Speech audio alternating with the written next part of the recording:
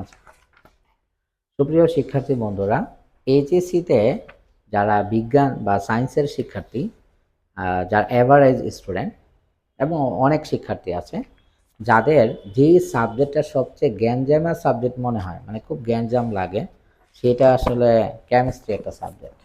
তো যারা প্রথমে পড়া পৃষ্ঠা খুলে আসলে মানে সরিষা ফুল দেখতে থাকে যে আসলে এখানে কি করবে, কোন জায়গা থেকে শুরু করবে, কি পড়বে, কতটুকু পড়া উচিত, কতটুকু পড়া উচিত না।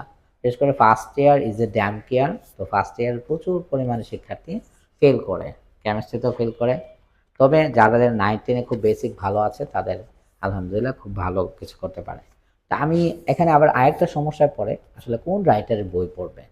এখানে দেখা যাচ্ছে 17-18টা রাইটারের বই আছে, আরও অনেক বই আছে।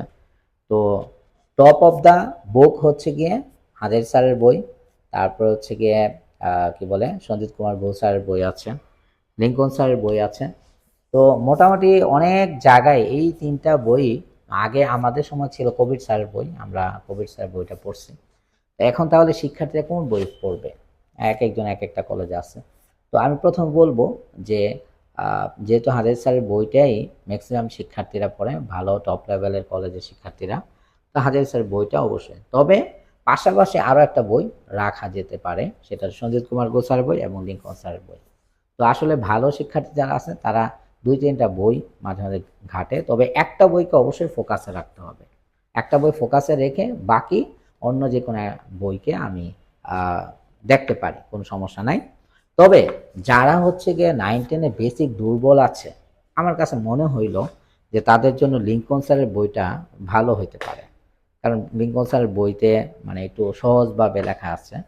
তো সেক্ষেত্রে আমি যারা শিক্ষার্থী আছে, মানে মোটামুটি একদম অনেক হায়ার লেভেলে না, একটু স্বাভাবিকভাবে জিনিসগুলো বুঝতে চায় বা একটু প্র্যাকটিস করতে চায় এমসিকিউ গুলা, তো সেক্ষেত্রে আমার কাছে লিঙ্কন স্যারের বইটা ভালো লেগেছে।